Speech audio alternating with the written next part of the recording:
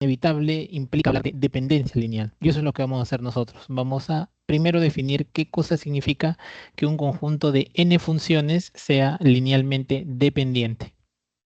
Entonces, n funciones van a ser linealmente dependientes en un intervalo y si existen constantes, n constantes, como hay n funciones se necesitan n constantes, no todas iguales a cero. Noten la importancia de esto. No todas tienen que ser iguales a cero para el caso de linealmente dependiente. O sea, al menos una de ellas debería ser diferente de cero. Tal es que se cumple la siguiente ecuación, ¿no? Constante uno por f1 más constante 2 por f2 más constante n por fn, así, o sea, aquí sucesivamente hasta llegar a constante n por fn, eso igual a cero.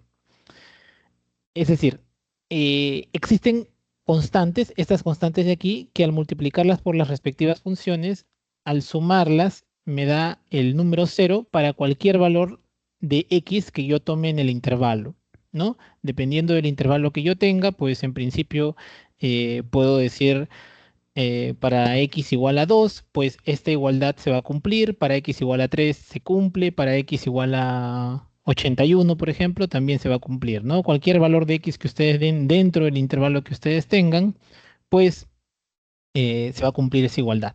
En ese caso diremos que las funciones son linealmente dependientes en el intervalo en el que me están hablando, ¿ok? Si tengo que n funciones son linealmente dependientes, entonces, ¿qué cosa significa linealmente independiente? Pues linealmente independiente significa lo contrario. Significa que no se cumple esta igualdad para ciertas constantes C1 hasta Cn. Es decir, en manera corta y resumida, si un conjunto de funciones no es linealmente dependiente, diremos que esas funciones, esas n funciones, son linealmente independientes.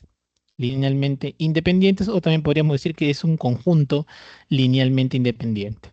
Es equivalente una terminología de la otra.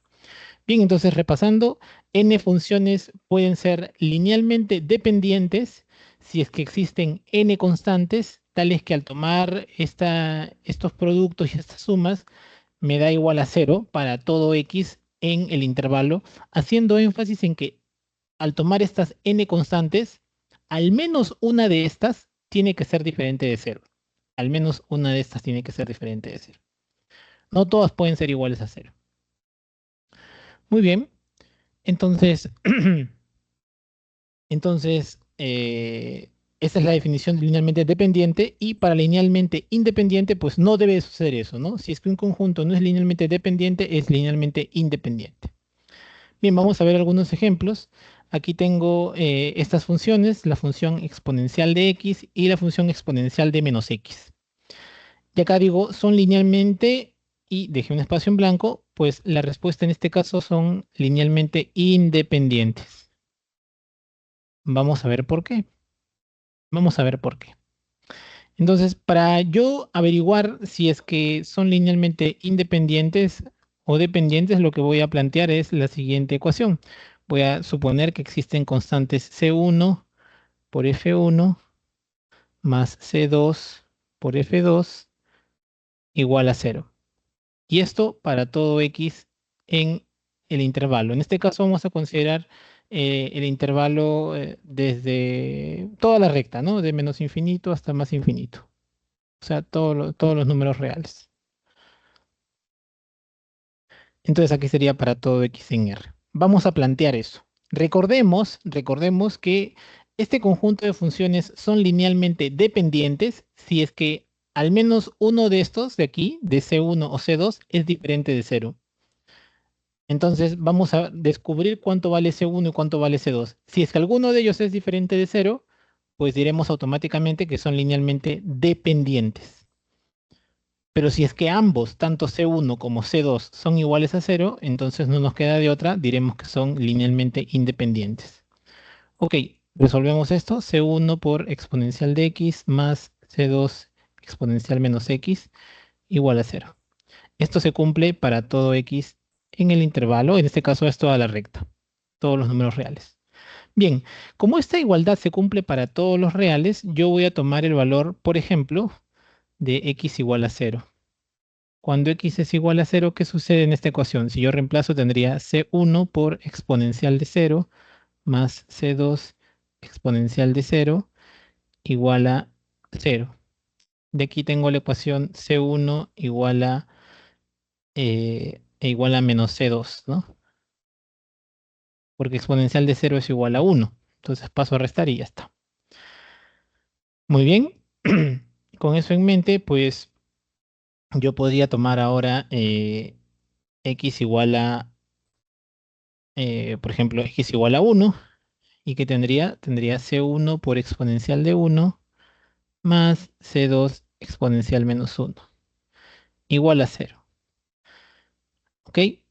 Con esto en mente, ¿qué hago yo? Pues puedo reemplazar, en lugar de poner C2, pongo menos C1, ¿no? O en lugar de C1 pongo menos C2, da lo mismo. Entonces acá pongo menos C2 por exponencial, o simplemente E, más C2. E a la menos 1 es 1 sobre E, ¿verdad? Y esto es igual a 0. ¿Ok? Esto lo muevo un poquito más abajo porque es parte del siguiente ejemplo.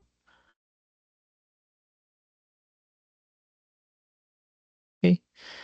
Factorizamos C2 y nos sale 1 entre E menos E. Esto es igual a 0. Pero esta cantidad no necesariamente sé cuánto vale exactamente, pero yo estoy seguro de que esto es diferente de 0. Entonces no le queda chance para que esta ecuación siga siendo verdad. C2 tiene que ser 0. La conclusión es que C2 vale 0. Y como C1 era menos C2, quiere decir que C1 también vale 0. ¿Y qué acabamos de demostrar? Acabamos de probar que tanto C1 como C2 son iguales a 0. Recuerden que para que sean linealmente dependientes, al menos uno de ellos debía ser diferente de 0, pero me han salido ambos iguales a 0, por lo tanto yo puedo concluir, como escribí acá, que son linealmente independientes. Muy bien. Ahora, vamos a el siguiente ejemplo. Voy a seleccionar esto rápidamente. Ahí está. Ya. Me voy a la siguiente hoja. El siguiente ejemplo que quiero discutir con ustedes menciona lo siguiente. Dice que estas funciones, las tres funciones son linealmente, y ahora yo les voy a poner la respuesta, son linealmente dependientes. Dependientes. ¿Ok? Bueno, para responder a o para justificar esa afirmación, yo solamente quiero recordar lo siguiente, ¿no? Ustedes recordarán una propiedad clásica de trigonometría que dice que el coseno al cuadrado de x más el seno al cuadrado de x es igual a 1 para todo x en los reales. Para todo x en los reales. Acá también vamos a considerar en el intervalo de menos infinito a infinito, o también podemos entenderlo como los números reales, lo mismo. ¿Ok? Bien. Ok, teniendo en cuenta esa observación que está de color rojo, pasamos a justificar por qué esta afirmación se da. Entonces, recordemos que para que sean linealmente dependientes, se deben encontrar, en este caso son tres funciones, entonces se tienen que encontrar C1, C2 y C3, no todas iguales a 0, tal es que al hacer esos productos y luego sumarlos, me tiene que dar 0 para todo x en el intervalo, que en este caso es todos los números reales. Entonces acá sin mucha demora voy a hacer lo siguiente. A f1 le voy a multiplicar por 1, 1 por f1 de x. A f2 la voy a multiplicar por menos 1 por el coseno al cuadrado de x. Y a f3 la voy a multiplicar por menos 1 también. En este caso voy a ponerles el nombre que les había puesto, f2. Esta es f2. Y por último acá, f3. Mi afirmación es que esto es igual a 0 para todo x, en los reales. ¿Por qué es que eso es verdad? Bueno, reemplacemos, ¿no? Este vendría a ser mi C1, este vendría a ser mi C2 y este vendría a ser mi C3. Notemos que ninguno de esos me sale igual a 0. Y recuerden que para que sean linealmente dependientes bastaba que al menos uno de ellos sea diferente de 0. y entonces está cumpliendo la condición. Por ejemplo, si yo tomo ese, diría el C1 es diferente de cero y por lo tanto son linealmente dependientes. Pero vamos a ver por qué es que esto es verdad. Y bueno, esto es verdad simplemente por justamente la propiedad que les acabo de escribir aquí arriba en rojo, ¿no? Si yo reemplazo los valores de F1, F2 y F3, ¿qué tendría? Uno menos, porque este menos más con menos se vuelve menos, en lugar de coseno, en lugar de F2 pongo coseno al cuadrado y en lugar de F3 pongo seno al cuadrado, ¿no? ¿No es cierto? Esto está aquí. Ahora, ¿qué puedo hacer? Puedo agrupar, factorizo el menos y me queda coseno al cuadrado de x más seno al cuadrado de x. Y esto vale 1. Y 1 menos 1 vale 0. Así se obtiene el resultado que afirmé.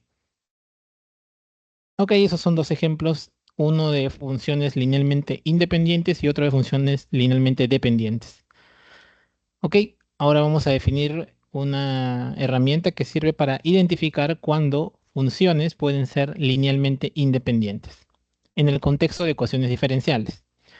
Dadas n funciones, tenemos f1, f2 hasta fn, que se pueden derivar al menos n-1 veces, ¿no? Entonces, por ejemplo, si yo tengo dos funciones, es decir, que n vale 2, yo necesito que al menos mis funciones se puedan derivar una vez. Si tuviera tres funciones, si tuviera tres funciones, estas deberían ser posibles de derivarse dos veces, al menos dos veces, o sea, sacarle la primera derivada y la segunda derivada. Ok, teniendo en cuenta eso, para las n funciones se define el Wronskiano, que no es nada más ni nada menos que el determinante de poner en la primera fila de la matriz a las n funciones, luego en la segunda fila pongo las derivadas de estas, en la tercera fila pongo la segunda derivada, en la tercera fila pongo, perdón, en la cuarta fila pongo la tercera derivada y así sucesivamente hasta llegar a la fila n, porque esta matriz va a tener n filas. En la en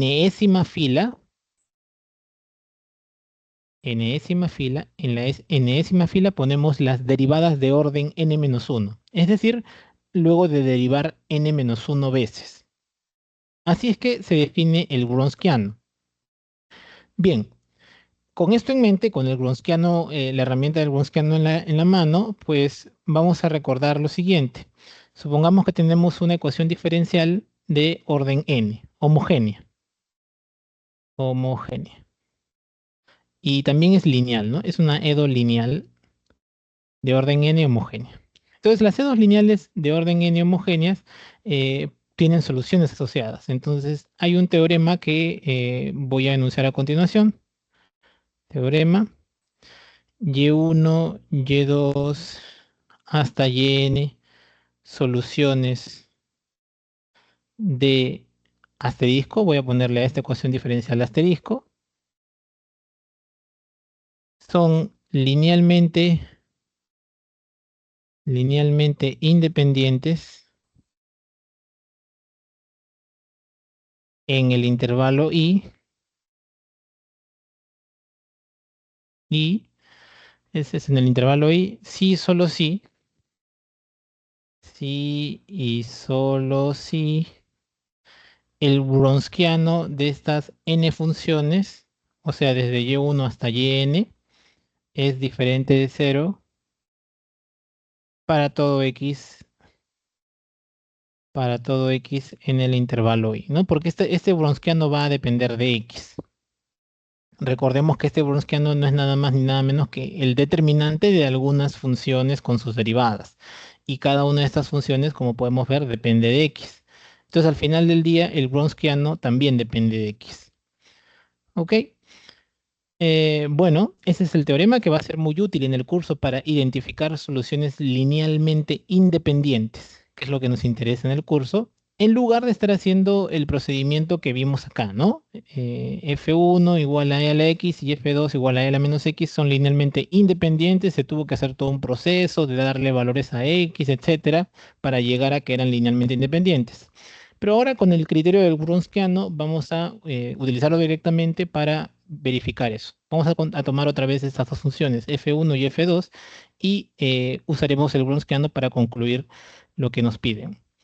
Entonces tenemos ejemplo rápidamente. Es un ejemplo repetido, digámoslo así, porque ya lo hemos trabajado al inicio. F1 igual a exponencial y F2 de x igual a exponencial de menos x. Nosotros ya sabemos de antemano que estas funciones son linealmente independientes. Lo que queremos hacer ahora es comprobarlo usando el Wronskiano. Entonces, para ello vamos a calcular el Wronskiano de F1 y F2 sin ninguna demora. Recordemos que esto es el determinante de que de la matriz original, donde va F1, e a la x, F2, que es e a la menos x. Luego la derivada de la exponencial, recordemos que la derivada de la exponencial es ella misma. Y la derivada de exponencial menos x no es nada más ni nada menos que menos exponencial menos x, usando regla de la cadena. Ahora bien, calculamos este determinante que es esta diagonal menos, o sea, el producto de los elementos de esta diagonal menos el producto de elementos de esta diagonal. Y de esa manera que obtenemos, tendríamos menos exponencial a la cero, ¿verdad? Porque tengo e a la x por menos e a la menos x. Bases iguales exponentes se suman y tendría x más menos x, o sea, e a la cero. Y acá resto, ¿qué cosa le resto? E a la x, voy a escribir todos los productos para tenerlo como referencia. E a la x por menos e a la menos x menos exponencial de x por e a la menos x, ¿verdad?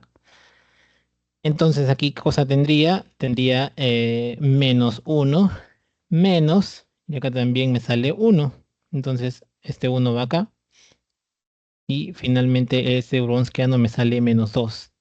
Que como podemos ver es una constante que es diferente de 0 sin importar qué valor le dé yo a x.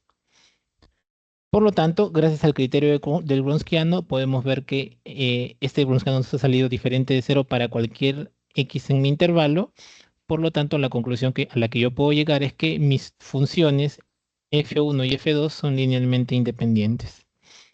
Por lo tanto, f1 y f2 son linealmente independientes.